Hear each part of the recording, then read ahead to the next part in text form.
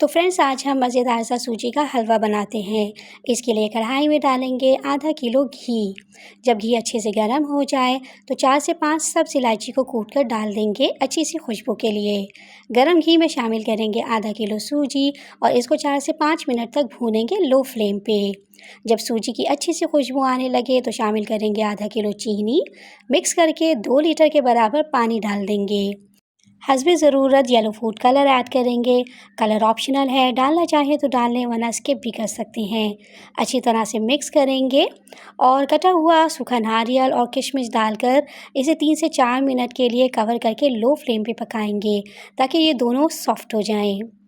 फिर 150 ग्राम खोया, बादाम, पिस्ते और टूटी फ्रूटी शामिल करके 5 मिनट के लिए कवर करके दम पे छोड़ देंगे। तो लीजिए मज़ेदार सा हलवा तैयार है। रेसिपी अच्छी लगी हो तो काइंडली मेरे चैनल को सब्सक्राइब ज़रूर कर लीजिएगा।